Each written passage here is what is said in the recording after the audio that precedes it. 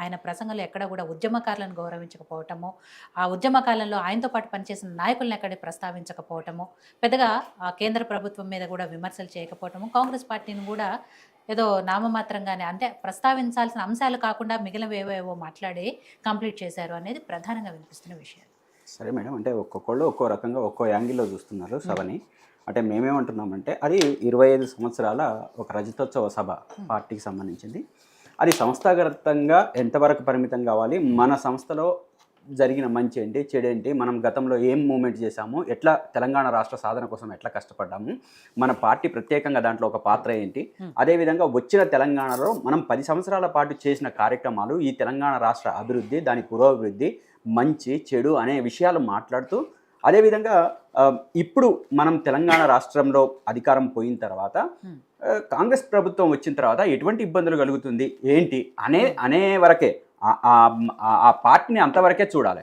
అదేవిధంగా ఒక రాజకీయ సభలాగా, ఒక ఎలక్షన్ సభలాగా ఓ పెద్ద ఎత్తున దాడి చేయాలి, దాడి చేసి విమర్శలు చేసి దాన్ని ఇంకో రకంగా తీసుకెళ్లాలనే ఉద్దేశంతో కాదు ఆ పార్టీ. దానికి ఆ రజతోత్సవ సభ కేవలం ఆవిర్భావ సభ వరకే దాన్ని పరిమితం చేసి మాట్లాడితే బాగుంటుంది అనేది మా ఉద్దేశం. ఆ దాంట్లో భాగంగానే తన ఇదింది. అదేవిధంగా కేటీఆర్ ప్రమోషన్ కోసము మీటింగ్ పెట్టినరు అని అంటే, కేటీఆర్ గారు ప్రమోషన్ అయితే కనుక కేటీఆర్ గారు ఇంకో అరగంట 35 నిమిషాలు మాట్లాడాలి కదా, మాట్లాడలేదు కదా. అక్కడ ఒక డిజైన్ తీసుకున్నారు కానీ తీసుకోలేదు. అంటే ఇక్కడ ఏదైతే వెనక హోర్డింగ్స్ ఉన్నాయో, బ్యానర్లు ఉన్నాయో, ఫ్లెక్సీలు ఉన్నాయో, వాటి మీద ఒకవైపు కేసీఆర్ గారు, ఒకవైపు కేటీఆర్ గారు, వీళ్ళిద్దరు మాత్రమే కనిపించారు. అదే మెయిన్ కంటే కేటీఆర్ గారిని ఎక్స్పోజ్ చేసే ప్రయత్నం జరిగింది అనేది దాని గురించి. మేడం, ఇక్కడ ప్రెసిడెంట్ ఆయన, వర్కింగ్ ప్రెసిడెంట్ ఈయన, దానికి సంబంధించిన ఒక దాన్ని హైప్ చేసేది ఉంటుంది తప్పితే ఇంకా వేరేది హైప్ చేసేది ఏముండదు. కాదు అట్లా కాదు. ఒక సభ మీద ఏ కార్యక్రమాలైనా ఉన్న 100 మందిని అక్కడ పెట్టడానికి ఉండదు. అక్కడ ప్రధానమైన నాయకత్వం ఏదైతే ఉంటుందో ఆ నాయకత్వాన్ని బట్టి అక్కడ సభ రాజకీయ ప్రసంగం లేదు, ఓన్లీ పార్టీ డెవలప్మెంట్ కోసం మేము చేసినామని అన్నాడు. అసలు పార్టీ విషయమే ఏదో టాపిక్ లేదు. మీకు గొర్రెలు అడిగిర్రా, నేను గొర్రెలు ఇచ్చలేనా, మీరు అది అడిగినరా, నేను ఇది ఇచ్చలేనా, ఇవే టాపిక్ నడిచింది కానీ ఇదే టాపిక్ నడిచింది గౌతమ్ గారు. కాదు రవి, నువ్వు ట్రైనింగ్ పొందినా గానీ మీరు ఏమంటున్నానంటే మేడం, ఆయన స్టార్టింగ్ లో పార్టీ గురించి ప్రస్తావిస్తూనే, ఉద్యమం గురించి ప్రస్తావిస్తూనే అన్ని విషయాలు ఏం చేసామో చెప్తూనే లాస్ట్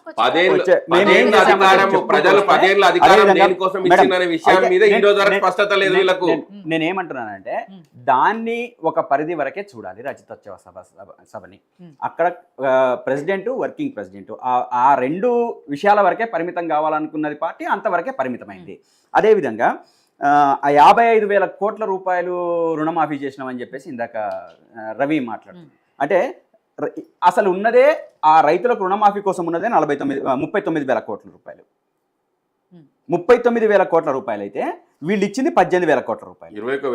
లేదు, అది 2,000 కోట్ల రూపాయలు మళ్ళీ ఇస్తామని చెప్పేసి, సంక్రాంతి తర్వాత ఇస్తామని చెప్పేసి అది ఇవ్వలేదు. 18,000 కోట్ల రూపాయలు. 18,000 కోట్ల రూపాయలు ఇచ్చేసి 55,000 కోట్ల రూపాయలు ఇచ్చినామని చెప్పేసి మాట్లాడితే ఏమనాలా? కావాల్సిందే 30. అంటే ఎక్సెస్ రుణమాఫీ అన్ని కలుపుకుంటే 55,000 కోట్ల రూపాయలు మేము రైతులకు ఇచ్చినాం. నేను రుణమాఫీ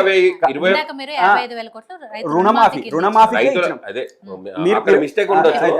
రైతులకు మేము కేటాయించింది ఇప్పటి వరకు 55,000 కోట్ల రూపాయలు. సరే, మీరు రైతులకు ఏం చేసిండ్రు, ఏం చేయలేదు అనేది రైతులకు బాగా అర్థమైంది. కానీ ఇక దాని గురించి నేను లోతుగా వెళ్ళను. కానీ మీరు రైతులకు ఏం చేసిండ్రు, ప్రజానికానికి ఏం చేసిండ్రు, ఎటువంటి సంక్షేమ కార్యక్రమాలు ఇంప్లిమెంట్ చేస్తున్నారు, అవి ఏ విధంగా ముందుకు పోతున్నాయి అనేది ప్రజలంతా గమనిస్తున్నారు.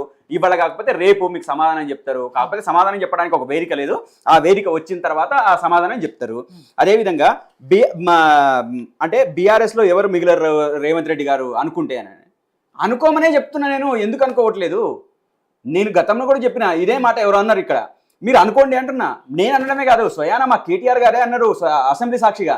ఇక్కడేదో మిగిలరు అంటున్నావు కదా, నువ్వు అనుకో, నువ్వు ఏమనుకున్నా ఏం చేసేది లేదు అని చెప్పేసి బాజాబ్తో చెప్పిండు. మేము ఇప్పటికి కూడా చెప్తున్నాం.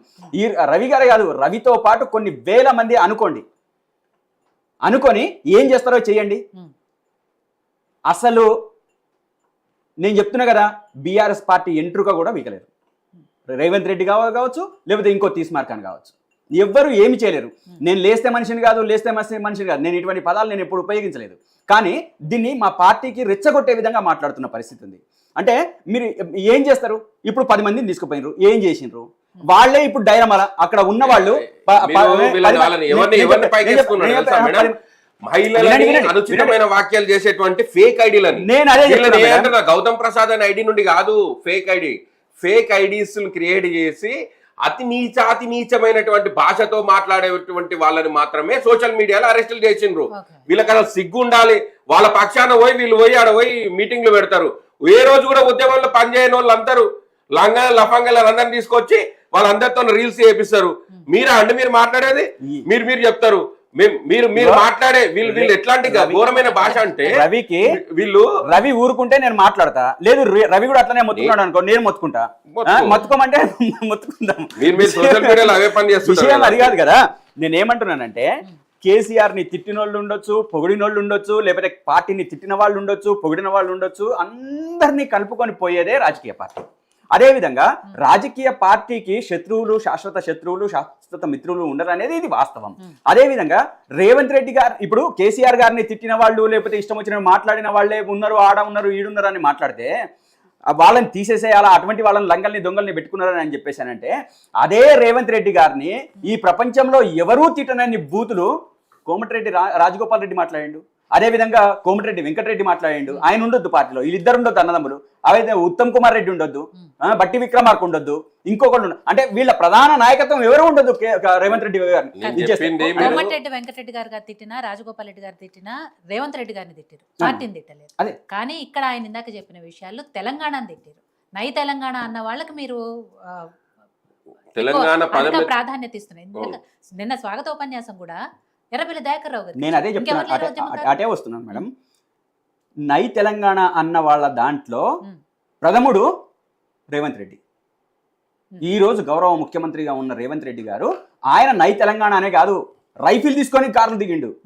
ఎవరైనా తెలంగాణ గురించి మాట్లాడితే కాల్చి చంపుతానే. అటువంటి దౌర్భాగ్య పరిస్థితి ఈ రోజు తెలంగాణ రాష్ట్రానికి ముఖ్యమంత్రి కావడము, అంతటి దిగజారిపోయింది మన తెలంగాణ అస్తిత్వము. ఈ రోజు తెలంగాణ అనే పదానికే నిషేధం విధించిన వాళ్ళు ఈ రోజు కూడా వాళ్ళకి తెలంగాణ మీద ఈ రోజుకి కూడా వాళ్ళకు ఒక గౌరవం లేదు. నిన్నగాక మొన్న జూపల్లి కృష్ణారావు గారు ఒక మీటింగ్ లో ఒక మన ర్యాలీ చేస్తున్నారు. ర్యాలీలో ఎవరో ఒక కార్యకర్త ఉండి జై తెలంగాణ అంటే ముయ్యిరా నోయ్ అని చెప్పేసి బెదిరించి నోరు మూపించిన పరిస్థితి. నువ్వు ఇంకోసారి తెలంగాణ అనడానికి వీల్లేదని. అంటే వీళ్ళు ఎప్పుడు తెలంగాణని గౌరవించింది లేదు, ఇక తెలంగాణ అస్తిత్వాన్ని అంటే సస్టైన్ చేయడానికి లేకపోతే గౌరవించడానికి సిద్ధంగా లేరు. నేను ఏమంటున్నానంటే కానీ తెలంగాణకు బ్రాండ్ అంబాసిడర్ గా చెప్పుకుంటున్న మీ పార్టీలోనే కదా ఇప్పుడు ఆ ద్రోహులందరూ ఉన్నారు, వాళ్ళందరినీ చేర్చుకున్నారు, మంత్రి పదవులు కూడా ఇచ్చిర్రు అని. అసలు తెలంగాణ కోసం పుట్టినటువంటి పార్టీ తెలంగాణ అనే పదాన్ని నిషేధం చేసుకుంది వాళ్ళ పార్టీ పేరు మీద. రాజకీయ ఆనాడు ఉద్యమ పార్టీగా ఉన్నది ఈ రోజు రాజకీయ పార్టీగా మారిన తర్వాత రాజకీయాలలో జాతీయ పార్టీ, అంతర్జాతీయ పార్టీ, ప్రాంతీయ పార్టీ చెప్పండి. మేము జాతీయ పార్టీ, మీరు జాతీయ నాయకత్వం రాలే. ప్రతినిధులు ఏడున్నారు, అరుణాచల్ ప్రదేశ్ నుండి ప్రతినిధులు ఏడున్నారు, అస్సాం నుండి ప్రతినిధులు ఏడున్నారు. అదే యా దేశంకి వెళ్ళి వచ్చిండ్రు, యా రాష్ట్రంకి వెళ్ళి వచ్చిండ్రు మీ ప్రతినిధులు? అన్ని రాష్ట్రాల నుంచి. కర్ణాటకకి వెళ్ళి ఒకరన్నా వచ్చిర్రా, తమిళనాడుకి వెళ్ళి ఒకరన్నా వచ్చిండ్రా, అస్సాంకి వెళ్ళి ఒకరన్నా వచ్చిర్రా, అరుణాచల్ ప్రదేశ్కి వెళ్ళి, జమ్మూ కాశ్మీర్కి వెళ్ళి మీ ప్రాతినిధ్యం ఉందా? ఇంకా మీరు భారతదేశంలో ఉన్నారా? పార్టీ భారతదేశంలో ఉంటే మన పహల్గామ్ లో జరిగినటువంటి సంఘటనకు మన పార్టీ మాజీ ముఖ్యమంత్రి, పార్టీ అధ్యక్షులు దానికి పైన కనీసం ఓ స్పందన ఎవరవసరం లేదు. నిన్న మాట్లాడడం కాదండి, ఆ రోజు స్పందించాలి కదా. తెలియక మాట్లాడే మాటలు ఇవి, మాట్లాడతలేము. చిన్నపిల్లల మాటలు, చిలిపి మాటలు, పనికిరాని మాటలు, పనికి రాని మాటలు వీళ్ళవి. వీళ్ళు ఆ రాష్ట్రం నుంచి వచ్చిండ్రా, ఈ రాష్ట్రం నుంచి వచ్చిండ్రా అంటే మేము అడుగులు వేసే సందర్భంలోనే, మేము ఒక అడుగు ముందుకేద్దాం అనుకున్న సందర్భంలోనే మేము ఆగిపోయిన సందర్భంలో నుంచే ఇప్పుడు మాకు ఆయా రాష్ట్రాల్లో డెలిగేషన్ లేదు. ఆ డెలిగేషన్ కావడం కోసమే మేము ఒక ప్రయత్నం చేసినాం. దాన్ని మీరు ఆగండి మీరు డెలిగేషన్ ఆంధ్రప్రదేశ్ లో డెలిగేషన్ ఉంది, మీకు మహారాష్ట్రలో ఉంది, కర్ణాటక కాదు. వినండి, మేము ఒక ప్రయత్నం చేసినాము, ఆ ప్రయత్నం విఫలం కావచ్చు. పక్క తెలుగు రాష్ట్రం ఆంధ్రప్రదేశ్ మనది పక్కనే ఉంది కదా, అక్కడి నుంచి కూడా ఎవరు రాలా. మేము ఒక ప్రయత్నం చేసినాం మేడం, మా ప్రయత్నము విఫలం కావచ్చు. అదే విఫలమైంది అంటే తెలంగాణ కోసం ఆగండి. అవును, జాతీయ పార్టీ మేము భారత రాష్ట్ర సమితిగా ఏర్పడ్డాం. భారత రాష్ట్ర సమితి అవునండి, భారత రాష్ట్ర సమితి మేము దేశవ్యాప్తంగా ఉండాలని అనుకుంటున్నాము, దేశవ్యాప్తంగా క్యాడర్ నిలబెట్టాలనుకున్నాము. విఫలమైతే విఫలం కావచ్చు, దాన్ని పట్టుకొని మేము అదే వేదిక మీద పార్టీ లేదు, చోటా చోర్ బడా చోర్ ఇద్దరే ఉన్నారు అంటున్నాం. అవునవును, మీ చౌకీదారు పేరుతో మీ చౌకీదారు ఎంత దారుణం చేసినా మనకు తెలుసు కదా. చోటా చోర్ బడా చోర్ మావాడైతే మీరు దేశాన్ని దోచుకున్న దొంగలు కదా, మీరు దోచుకుంటున్న దొంగలు కదా. మీరు ఏం చేసిండ్రు? నువ్వు రాలేదని విమర్శించు కానీ చోటా చోర్ బడా చోర్ అని ఎట్లంటావు? రాలేదని విమర్శ చేయి. ఓకే, చోటా చోర్ బడా చోర్ అందరికంటే బడా చోర్ మీ మోడీ. ఆ తర్వాత 2వ నంబర్ లో ఉన్నది అమిత్ షా, 3వ నంబర్ లో ఉన్నది అదానీ, 4వ నంబర్ లో ఉన్నది అంబానీ. మీరు అదానీలకు అంబానీలకు దేశాన్ని అప్పగించి ఈ రోజు మీరు మాట్లాడుతున్నారు. ఈ రోజు దేశాన్ని నాశనం చేసిందే మీరు, దేశాన్ని నాశనం చేసింది మీరు. ఈ రోజు ఉగ్రవాద దాడి జరగడానికి మీ వైఫల్యం కాదా? మీ అభద్రత కాదా? మీరు చేసిన రంగ పనులు కాదా? మీరు దొంగ పనులు చేసి ఈ రోజు రాష్ట్రాన్ని దేశాన్ని మొత్తం ధ్వంసం చేసే పనిలో మీరు ఈ రోజు మీరు రాష్ట్ర దీని గురించి మాట్లాడతారు. మీరు అవును చెప్పేది మేడం మాట్లాడండి. వాళ్ళ తప్పులు వీళ్ళ తప్పులు వాళ్ళు చెప్పుకుంటే లిస్ట్ కావాలి. హరీష్ గారు మాట్లాడుతున్నారు వాళ్ళ పార్టీ ఎమ్మెల్యే రాజాసింగ్ గారు ఏం మాట్లాడారు? అదే లిస్ట్ కావాలి. 10 ఏళ్లలో 10,000 కోట్లు ఇచ్చినాము, మా పార్టీ నాయకులు సరిగ్గా లేక వాళ్ళు చెప్పుకోవడం చేతగాక ఇవాళ మా పార్టీ అధికారంలోకి రాలేదు అని చెప్తారు. మీ పార్టీ రాజాసింగ్ గారు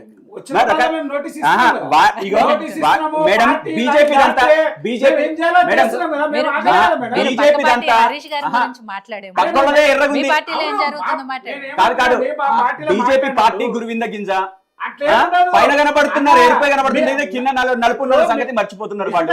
చాలా విషయాలు ఉన్నాయి, ఒక్క విషయం కాదు, చాలా విషయాలు ఉన్నాయి. పార్టీ లైన్ దాటుతున్నారు అని చెప్పి మేము షోకాజ్ నోటీస్ కూడా నోటీస్ ఇచ్చినా కూడా ఇప్పటికీ స్టిల్ ఆయన అవే మాట్లాడుతున్నారు అంటే పార్టీలో ఏం జరుగుతుందో ఆలోచించండి. షోకాజ్ నోటీస్ కాదు, పార్టీలో ఏం జరుగుతుందో ఆలోచించండి ఫస్ట్. వాళ్ళు ఏం జరిగినా మాట్లాడరు మేడం. ఇప్పుడు వాళ్ళది ఏంటంటే వాళ్ళ విషయాలు ఏంటంటే వాళ్ళ పార్టీ మాట్లాడడానికి మా వాళ్ళల్లో మాకు ఒక పార్టీ ఉంది, మా నాయకుడు ఉన్నాడు, మాకు ఆ నాయకుడు డైరెక్షన్ ఇచ్చిన దాని ప్రకారం మాట్లాడతారు. అదే విధంగా ఇష్టం వచ్చినట్లు మాట్లాడితే వాళ్ళు ఎవరు పార్టీలో ఉండరు. ఈ రకంగా రాజాసింగ్ లాగానో లేకపోతే ఇంకో జగ్గారెడ్డి లాగానో వీళ్ళ పార్టీ కాంగ్రెస్ పార్టీలో లేకపోతే ఇంకొకళ్ళు XY% లాగానో ముఖ్యమంత్రి పేరే మర్చిపోయే పరిస్థితులు వాళ్ళ దాంట్లో ఉండి ఈవెన్ జగ్గారెడ్డితో సహా నిన్న మందుల సామ్యాలతో సహా ప్రతి ఒక్కళ్ళు పేర్లు మర్చిపో. మాది అట్లా కాదు కదా, మాకు ఒక పద్ధతి ఉంది, మాకు స్టైల్ ఉంది, ఆ స్టైల్ ప్రకారం మేము పోతాము. ఈ రోజు అదే ఆయన ముఖ్యమంత్రి కాదు అనుకుంటున్నారు. ఆయన ఈ రాష్ట్రానికి ఒక ముఖ్యమంత్రి అని చెప్పేసి ఎవరైనా గుర్తిస్తున్నారు? అయ్యా బాబు నేను ముఖ్యమంత్రిని అని చెప్పేసి నెత్తినోరు మొత్తుకుంటున్న పరిస్థితి ఉంది ఈ రోజు రాష్ట్రంలో. బీఆర్ఎస్ లో ఎవరు మిగిలరు. నేను ఏమంటున్నానంటే ఏం అహంకారం? మీకు పద్ధతి ఉందా? మీకు లెక్క ఉందా?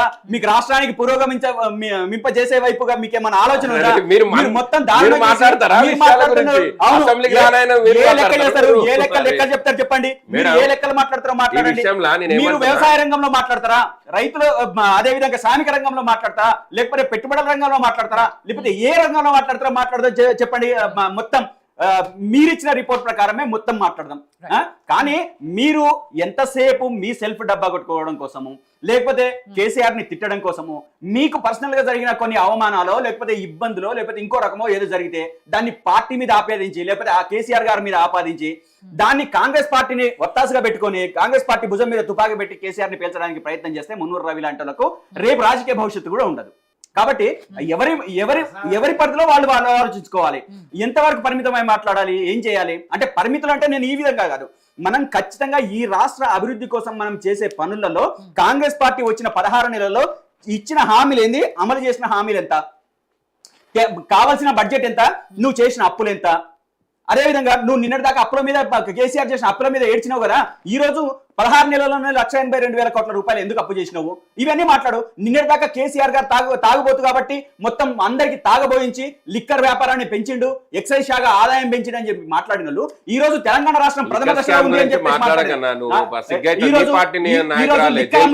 ప్రధాన రాష్ట్రం తెలంగాణ రాష్ట్రం, ఓ. దాని నుంచి వస్తున్న ఆదాయం తెలంగాణ రాష్ట్రం ప్రధానంగా వస్తుంది. ఇవన్నీ మీరు వేరే వాళ్ళ మీద మాట్లాడతారు. అదే విధంగా దీన్ని మధ్యలోకి తీసుకొస్తుంది లిక్కర్ స్కామ్ గురించి తలా తెలియదు, తోకా తెలియదు. తలా తోక తెలియని వాళ్ళు కూడా మాట్లాడితే దాని గురించి నేను ఏం మాట్లాడాలా? నీకు తెలుసా కనీసం అది? yes, నేను మాట్లాడు నువ్వు నేను మాట్లాడాను. సుప్రీంకోర్టుకే తెలియదు. కేసు తీసుకున్న సుప్రీంకోర్టే ఈ రోజు ఎటువంటి ఆధారాలు లేవని చెప్పి మాట్లాడుతుంది. నువ్వు నేను మాట్లాడేది ఎంత? నీ దగ్గర లేదు ఫైల్, నా దగ్గర లేదు, సుప్రీంకోర్టు దగ్గర ఫైల్ ఉంది. ఆ ఫైల్లో ఎటువంటి ఆధారం లేదనే కదా బెయిల్ ఇచ్చింది.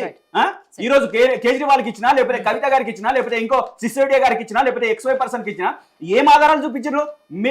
మీరు కాంగ్రెస్ బీజేపీ కలిసి చేసిన ఆడిన నాటకం మీకు కొంత బెనిఫిట్ అయిందేమో. ఏం బెనిఫిట్ అవుతుంది? మహా అంటే ఇంకో 3 ఏళ్ళు మీరు కొనసాగుతారు. ఆ తర్వాత జరిగే పరిణామాలు ఏంది? మేము వస్తాం అధికారంలో ఖచ్చితంగా. రేపు రాబోయే రోజుల్లో బీఆర్ఎస్ పార్టీదే అధికారము, ఖచ్చితంగా అధికారంలోకి వస్తాము. ఆ అధికారంలో రావడం కోసము మేము సమాయత్తం అవుతున్నాం.